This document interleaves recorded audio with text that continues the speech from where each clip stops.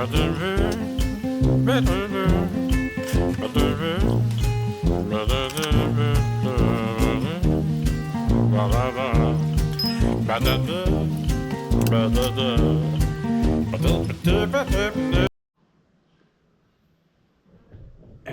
YouTube family. It is 4:43 a.m. on the 29th.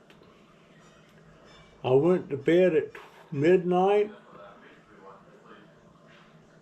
I only slept 3 o'clock. Usually I want to stay in the bed, but for some odd reason, I decided I would get up.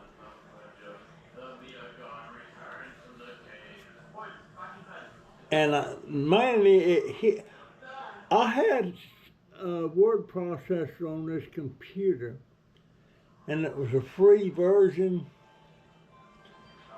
and and somehow it got off of it, and I needed a word processor on here, and all of a sudden, when I woke up at 3 o'clock,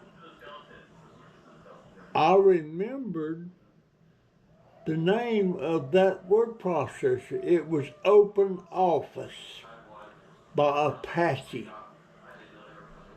So I immediately got up, found it on the internet, downloaded it, so I got it on here now. It's strange how things hit my mind sometimes that I've been thinking about. I don't know why I couldn't remember OpenOffice, but I got it on here now. Also,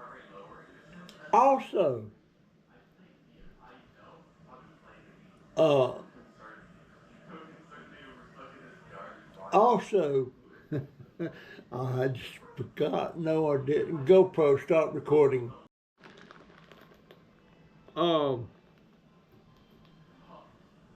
I didn't know, and I should have knew this, I thought. You know, I got started eating brown rice, and it's kind of brown, but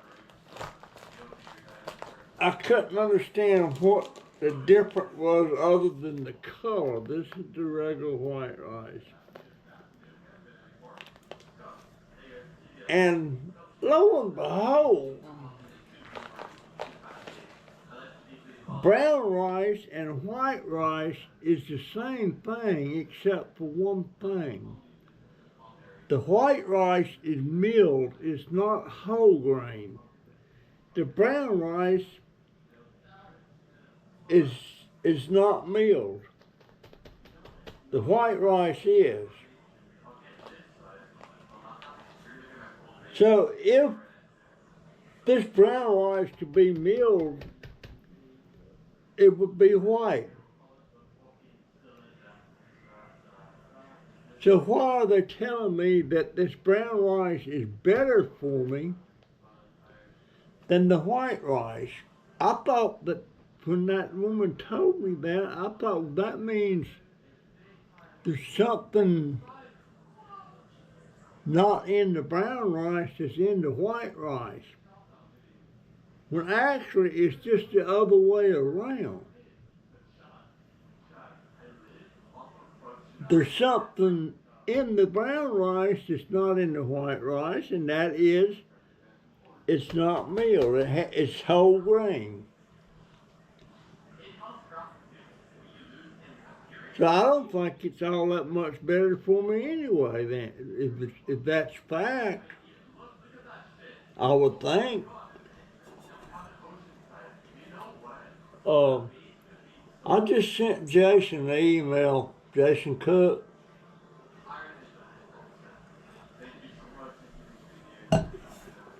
If I would be out of line, asking him to come by here and see if he can fix this computer of mine.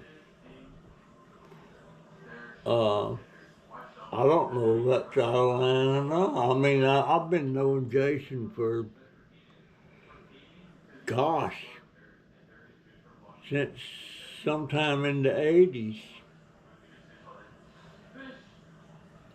I mean, he was a playmate of my son and everything. They was in the same classroom and everything. He remembers the last time he seen my son. He remembers seeing my son leave. He was getting picked up early for a doctor's appointment. And that's the day he died. That was the last time he seen him.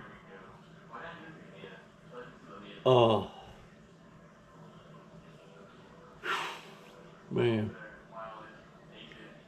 I don't know how people live through something like losing a child like that.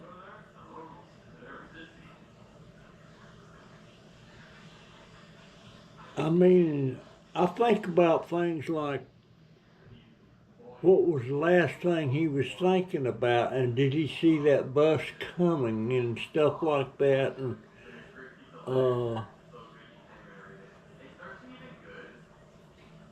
and maybe, you know how sometimes you'll ask somebody something and it's pretty obvious and you say, sure, in jest, and maybe she asked him, is it clear, and maybe he in jest told her, yeah.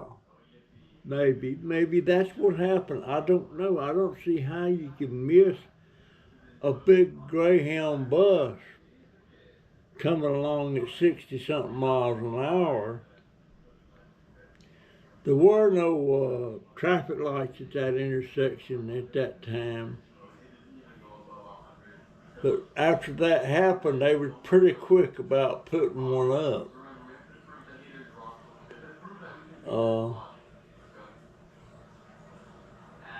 I hadn't been through that intersection in years.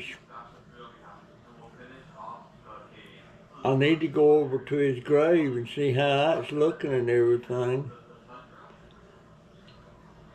I wish we'd have had him cremated so he could be sitting in there in the living room on the shelf with his mama.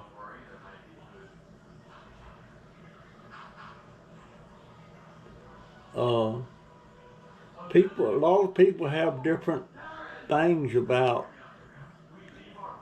cremation and regular burial and natural burial and all that stuff.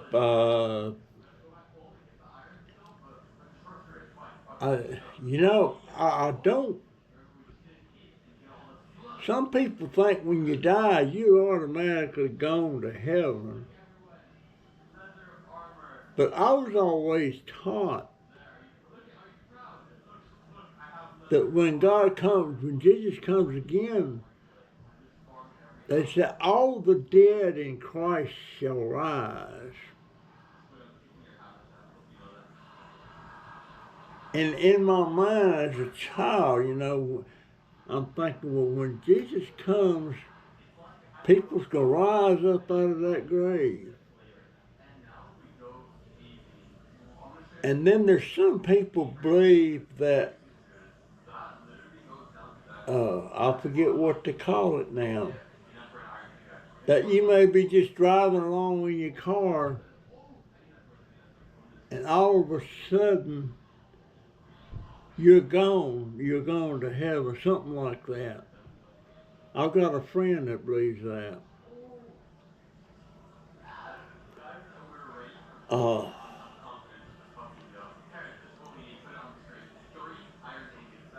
The trouble with me, what bothers me,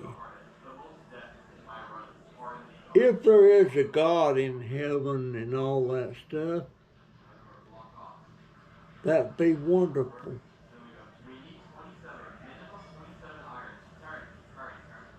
But I'm a Christian, but the trouble, you can't, if God is real, you can't fake it. He knows whether you're faking or not. Or somebody said, you need to get up and start going to church and all that stuff. And if you got these doubts,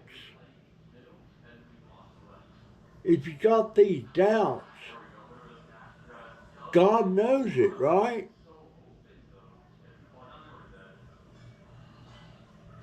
So a person like me, I'm screwed. Because I can't fake it, so I go to heaven. I'll be burning in hell.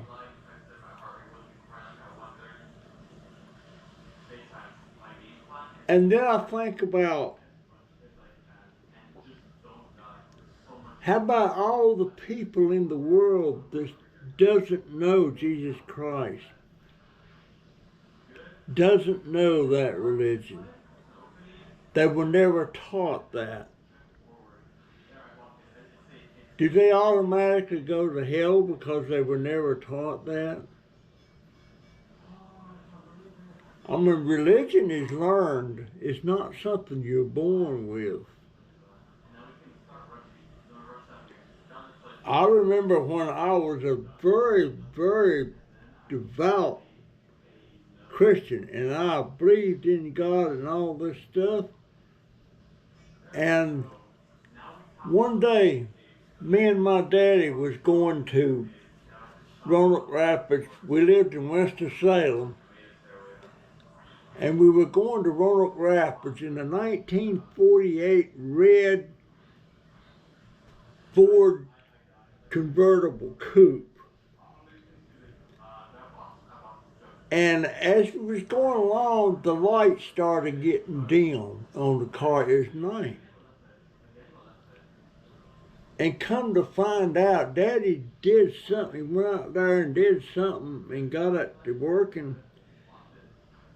But as we was going along, it started getting dim again. And I was petrified. I was scared to death we could get stranded out there on the road in the dark and all this stuff. And I prayed to myself for God to help us out there and get us through that. And I believed it and everything. And I guess you could say the prayers was answered. We made it. We made it to Roanoke Rapids. It was only about 150 miles. But I can't remember what age I was. I wasn't 16 yet.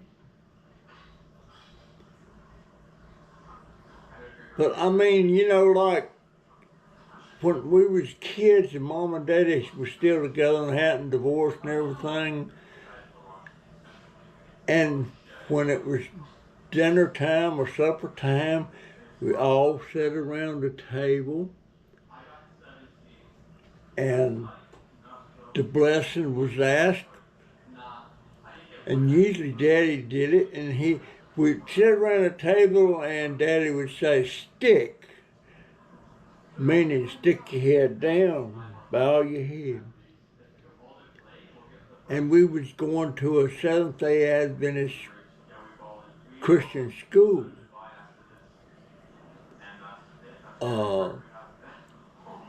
I had very religious people in my Puritan side of the family. I didn't know if I was a Baptist, a Methodist, a Presbyterian, because they was, and Seventh-day Adventists because they were all my aunts and uncles had different denominations they went to. When I was with Aunt Mamie, I was a Baptist. When I was with Aunt Bertha Lewis and Timmy, I was a Methodist. No, I was a Presbyterian. When I was with Aunt Dora and Uncle Glenn was a Methodist minister, I was a Methodist. And I never could see much difference in those religions as I went to these different denominations. Except for the Seventh-day Adventists, there was a big difference there. Big difference. Uh,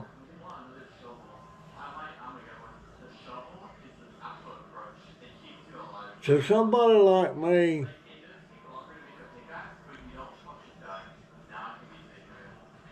I say, yeah, I believe in Jesus Christ. I was saved and all that stuff. And my Aunt Mamie, every time she talked to me on the phone or in person, she looked at me and said, son, are you all right with the Lord? I always said that. She lived to 102. I love that old woman. And how she wound up with a rascal like Uncle Jack was. And he's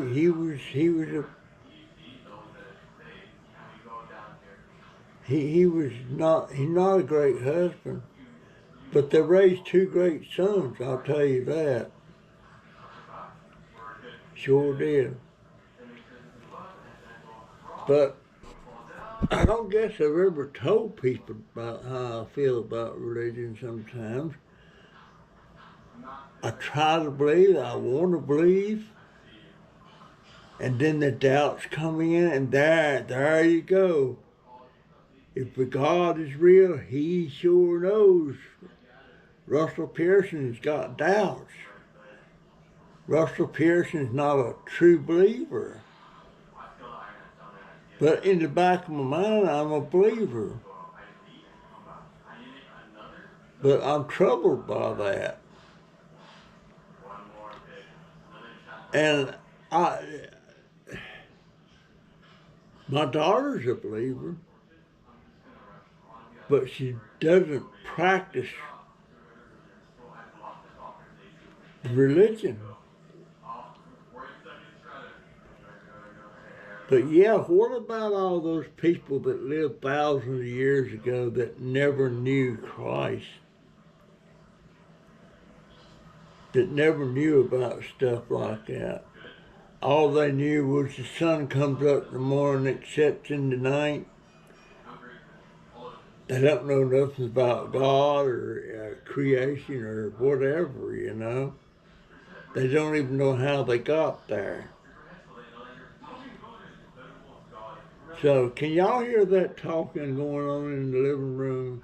He's left that computer and that TV thing on again, and it's like, well, it's like 5 a.m. now.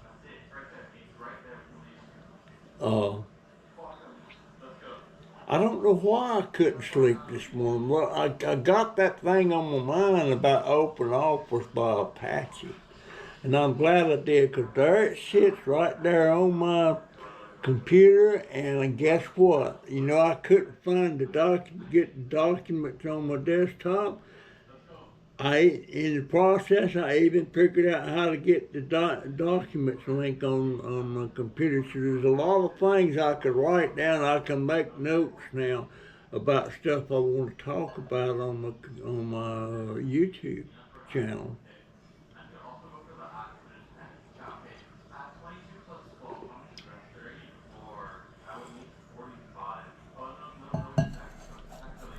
And drinking coffee. Now it's warming. Well, it's just 46 right now, but it was 71 yesterday. And you know that place I've been going by every once in a while, it's got all them electric wires in it and everything, and I keep trying to figure out how in the world I can get to that. Boy, I'd like to tear them things apart and get that stuff out of there. I might even go by there today and look at it.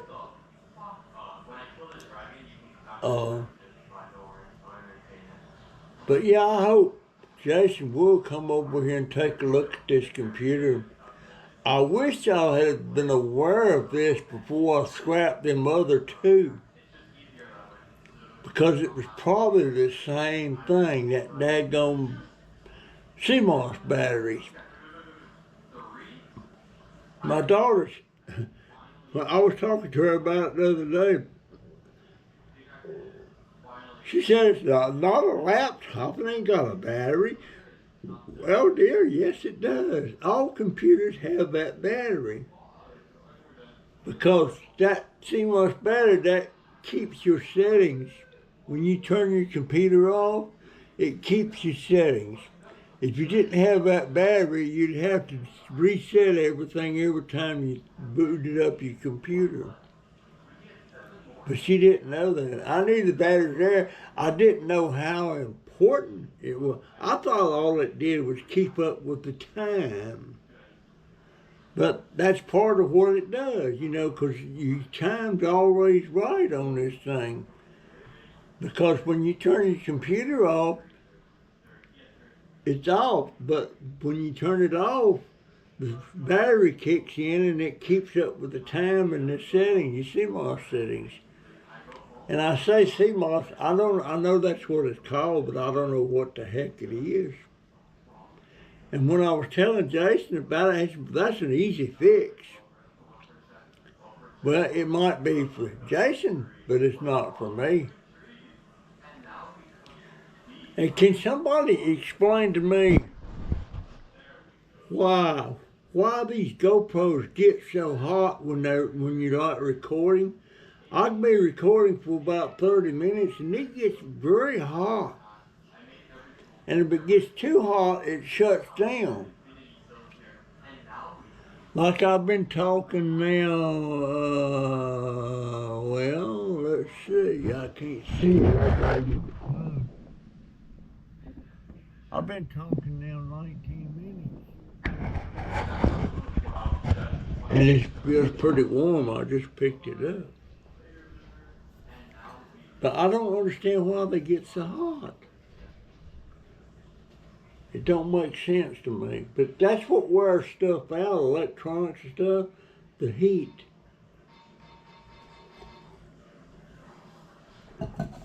That's why you got all those aluminum coolers and things, fins and stuff all around your CPU and your computer, because it has to do something to keep that thing cool. And sometimes I get thinking about computers. It's amazing the stuff that these computers can do. And it's amazing that in 1980s, I didn't know squat about computers or what were coming along. I only got started with the computer in 1995. I went over to a friend of mine's house and he had a brand new IBM there and he was on America Online, AOL. And he was showing me all this fantastic stuff. And that thing was telling me, you got mail and stuff like that. And it just impressed me so much. I didn't go out and buy one. What I did, I went to a rental store, I think it was Aaron's, and rented a computer. You know, and it had the big monitor and all that stuff. Nowadays, you got these flat screen monitors. But that's when I got started with that. And then I got to piddling with them. Then I got looking on eBay and buying used computers, non-working computers, and getting them shipped to me. And then I would figure out what's wrong and fix them and resell them. And I was making, if I invested $100, I was going to get a couple of hundred back. But I did repaired a lot of them like that. But then around 2000, they started getting more complicated and stuff. And I just quit messing with them. But there for a while, me and my friend, we had 10 working computers and monitors, and we would have classes teaching people how to use them computers, how to do your email and stuff like that. And and every class we had, it was filled up. And we charged, I think, we charged $15 to take a class. And that was $150 that we made that night. And but pretty soon people started getting pretty savvy on the computers, so that was the end of that. But we taught a lot of classes, especially to the older people. Especially to the older people. Some older people, they just couldn't handle it. They didn't want to do it. And then, like I had a sister-in-law, she didn't want one, she didn't want right. I ain't got any use for that. But one time she was visiting us, and I was telling her about a picture of the family of her and everything way back in the 40s. And she said, "Where did you get that?" I said, "Annie gave me the picture and I scanned it and I got it in my computer." She went, "Well, can I see it?" I said, "Yeah, come on in here." And I pulled it up on my computer, and there it was. And I said, "Do you want one of the pictures?" She said, "You can make me one." I said, "Yeah." So I printed her out a picture of it. And in that picture was my mother-in-law, my daddy-in-law, a picture of my sister-in-law that I was showing that to, and there was Gay, Reba, Turk, Cecil. 4 of them. And Chloe. My wife wasn't born yet. Matter of fact, my mother-in-law was standing there in that picture. She was pregnant with my wife. And Steve wasn't in it, and Annie wasn't in it. But that floored her, and she's sitting there, "How did it do that?" I'm like, "I don't know." I said, "All I'm telling you, it can do it, and you're seeing it do it." I don't know how it does that stuff. But they're sure nice. There's a lot of downsides to stuff like that. Well, there's downsides to everything. But there's the good, the bad, and the ugly. But you can sure get scammed on the internet now if you don't be careful. And I'm suspicious of every email I get. It might be promising something, but I'm very skeptical of it, and I check it out if I'm going to try to buy something, which I don't try to buy much of nothing now.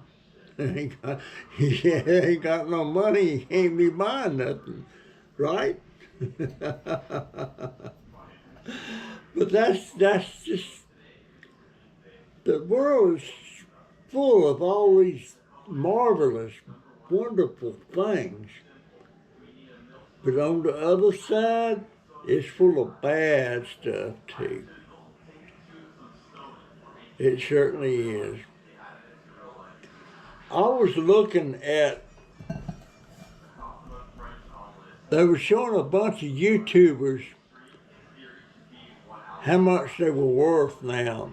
And I'm talking about that, showing ones that was worth like $1 million that they made on YouTube. And it started at $1 million, and it went to $2 million, $3 million. And the biggest one on there is called Mr. Beast. And I don't like his channel at all. But he's made $500 million. He's worth $500 million, $500 million that he's worth right now. Jake Paul, worth about $80 million. There's a lot of them in there around the 80 and 70 and 60, 50 million. And this is money that they get paid. And by the way, hold on, let me show you.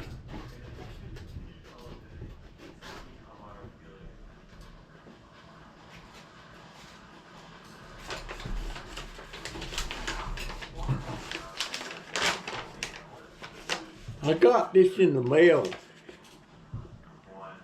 And I couldn't figure it. It says important tax return document enclosed.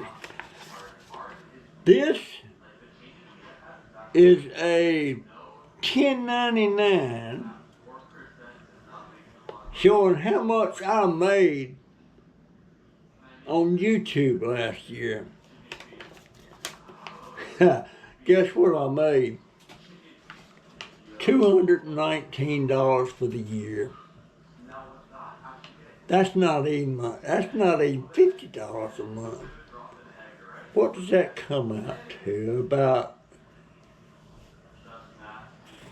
25? No, let's see. Well, I can't think right now, but you figure it out. Do the math. $219 for 12 months. I don't really need this because I don't file taxes anymore. Now, if I was making millions of dollars, now you got people that get these once a year that's made millions. And that Mr. Beast, I go look him up. I don't like him. He does weird stuff. But like he did one video about he bought this brand new expensive luxury car, set it in the parking lot, and anybody that wanted to try to win that car, all you had to do was come over and lay your hand on that car and keep it there and be the last one with your hand on the car. And you win the car. And the car was worth over $100,000. But he's a multi-millionaire. He's a half a billionaire. He can afford to do stuff like that. And I can see where that would attract people, you know. I don't know how he works that. I mean, what if they have to pee or something and they have to go so bad they let go and lose? I don't know what the rules are on that. But he does stuff like that. He gives away a lot of stuff. But I can't afford to give away nothing but my looks. But yeah, I wondered, I never got one of these before. $219. That is a 1099. And that's a form. I had to give out 1099s on some people that worked for me, but they didn't work by an hour or salary or anything. I just paid them so much to do something for me, and I had to fill out 1099s for them. Brings back memories.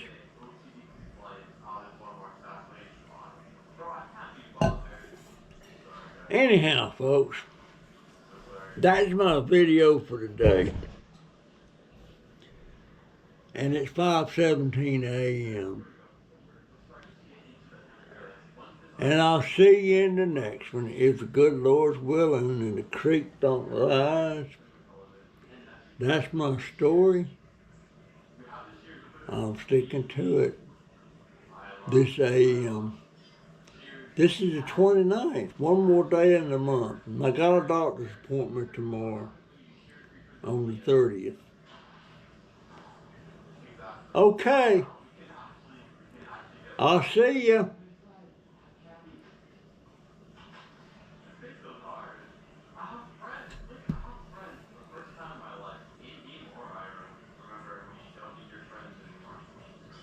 I just drew a blank. I just drew a blank. Oh my goodness.